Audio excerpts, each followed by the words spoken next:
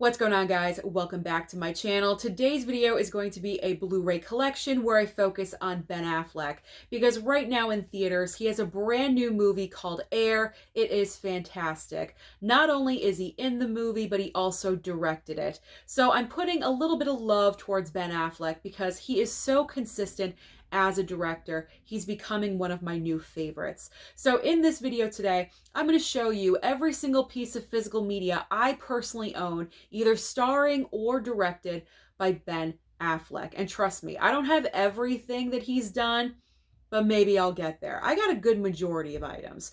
So I'm going to start off with some of his early projects, and then it's kind of in no order whatsoever. So apparently, according to IMDb, Ben Affleck was in Field of Dreams. Now, when Ben Affleck first started his career, it was very much like television projects. I believe this was the first movie that he was actually in as an extra. Now, I just watched Field of Dreams for the very first time about a month ago. I do not remember seeing Ben Affleck at all whatsoever. So I'm thinking it was a very, very, very small extra role, not really noticeable at all, but still, he was a part of it. So that was some brand new knowledge dropped on my brain because I always thought that Ben Affleck's first movie role was Buffy the Vampire Slayer. Yes, two-time Oscar winner Ben Affleck is a part of Buffy the Vampire Slayer. Now, the scene that he is in is during the basketball game where he's on the opposing team and the kid changes into a vampire right in front of him, and he kind of like does that and he freaks out. If you blink for 4 or 5 seconds, you totally miss him. It's really not anything noticeable at all whatsoever, but he is still in Buffy the Vampire Slayer. Here's the film where he got a little bit more noticeable, and that is Dazed and Confused. He had a major part in this movie. This is the Blu-ray Criterion. It was recently upgraded to a 4K, but I'm going to stick with my Blu-ray for right now. But pretty much all of the young up-and-comers during this time period were cast in Dazed and Confused. Ben Affleck being one of them. Parker Posey's in this movie. Matthew McConaughey, of course, iconic as well in this film. But I recently watched this. I would say about a year ago I watched Dazed and Confused. I got to revisit it. I kind of considered it a little bit overrated, so I got to give it another chance. But I do remember Ben Affleck in this movie, and I'm thinking, God, he was annoying. He was so annoying in this film.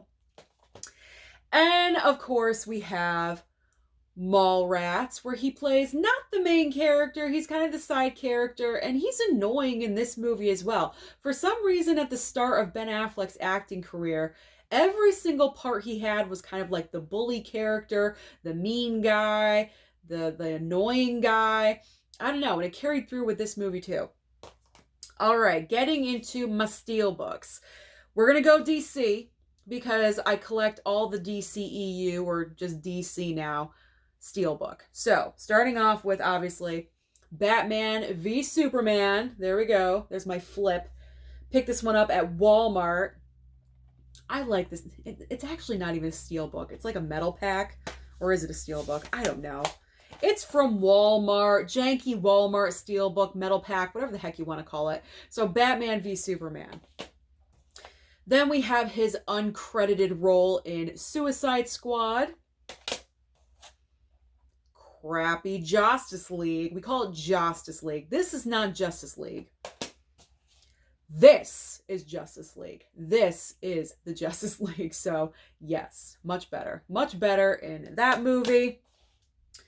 And yes, I do have the Clerks 3 Steelbook. I have not watched the movie yet, unfortunately, but I do have the very nice looking Lionsgate Steelbook. Look at that. Oh my God, it looks amazing.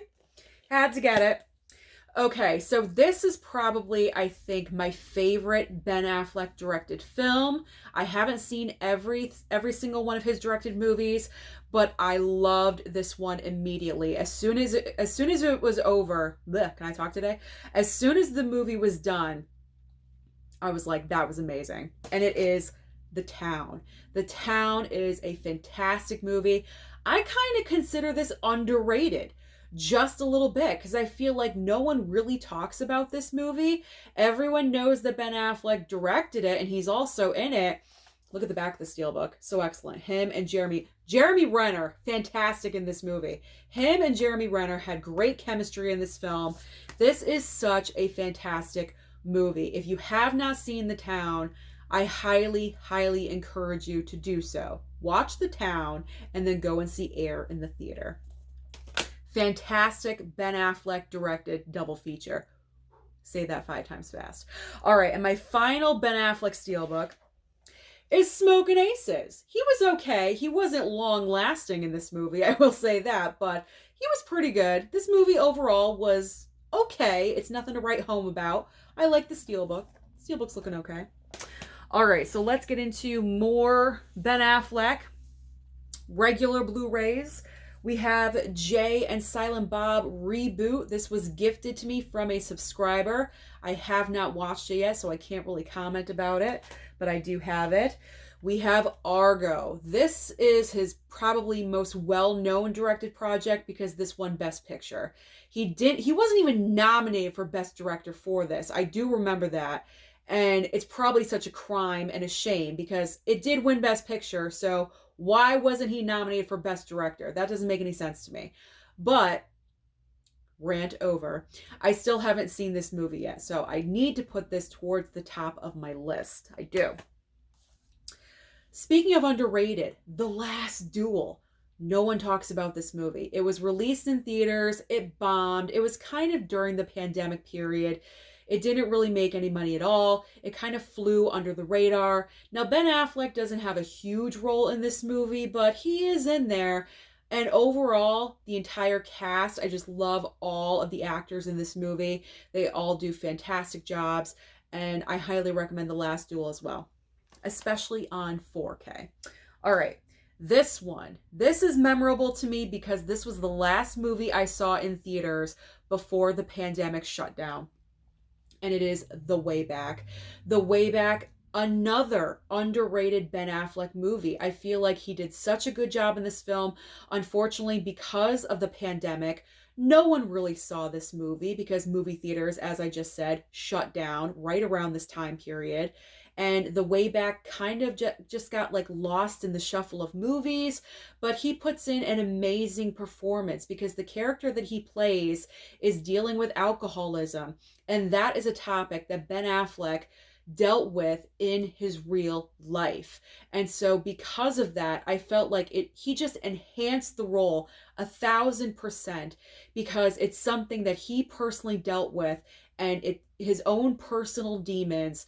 And his performance was just so good, and so real and so natural in this movie. I know I'm getting serious, but if you have not seen The Way Back, I really do recommend that you do. Put it on your watch list. All right, I've got Gone Girl, absolutely, playing another scumbag. Okay, then we got He's Just Not That Into You. I forgot he was in that one. And I will block Zach and Miri. So we have Clerks 2. I haven't watched this one yet either, but we have Clerks 2.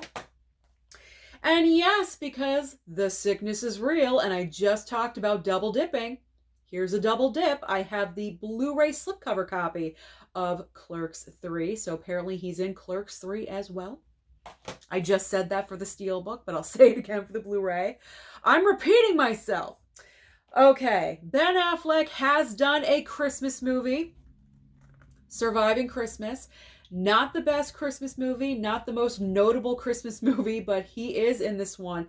His character is so annoying. If you want to talk about annoying characters, this is probably the most annoying character that Ben Affleck has ever played. I barely got through this. I gotta be honest. I was cringing. It was so cringy. So very cringy. But you know what? Once a year, I could tolerate it. I'll tolerate it once a year for Ben Affleck. And of course, because Ben Affleck is who he has to be in a disaster movie. And what's better than Armageddon? I mean, come on. This one is top tier of disaster films, in my opinion. Then we have Oscar-winning movie. However, I think it should not have won Best Picture. We have Shakespeare in Love. Ben Affleck really isn't in this movie much at all whatsoever, but he is still a part of it. I didn't really care for him in that movie anyway. He is also in 200 Cigarettes, I believe, as the bartender. Of course, what would a Ben Affleck Blu-ray collection be without Goodwill Hunting? This is the movie that put him and Matt Damon on the map, growing up as best friends, trying to make it in Hollywood together. They wrote this script together and they won. They won the Oscar for Goodwill Hunting. Completely and totally amazing. A true, like, dreamer Hollywood success story. And I recently watched this within the past year and I loved it. Completely loved it. And obviously, not only did he write it, co-write it with Matt Damon, he was also in the movie as well. Then we have Chasing Amy. I know a lot of people really enjoy this film, but I was kind of like, with it. I didn't really go gaga goo goo over it. I wasn't nutso over Chasing Amy. I wanted to be, but I just couldn't get there for some reason. I will give it another chance on a rewatch, but wasn't really that impressed. And finally, the final Ben Affleck movie in my collection. This is for Bob at Bob's Blu-rays, because not only is it one of his favorite Ben Affleck movies, it's apparently his favorite Christmas movie, and that is Reindeer Games. Reindeer Games, Bob! I watch Reindeer Games for you. So that is every single Ben Affleck movie I have in my physical media collection. Comment down below and let me know what is your favorite Ben Affleck movie. Don't forget to like and subscribe before you leave, and I'll see you next time.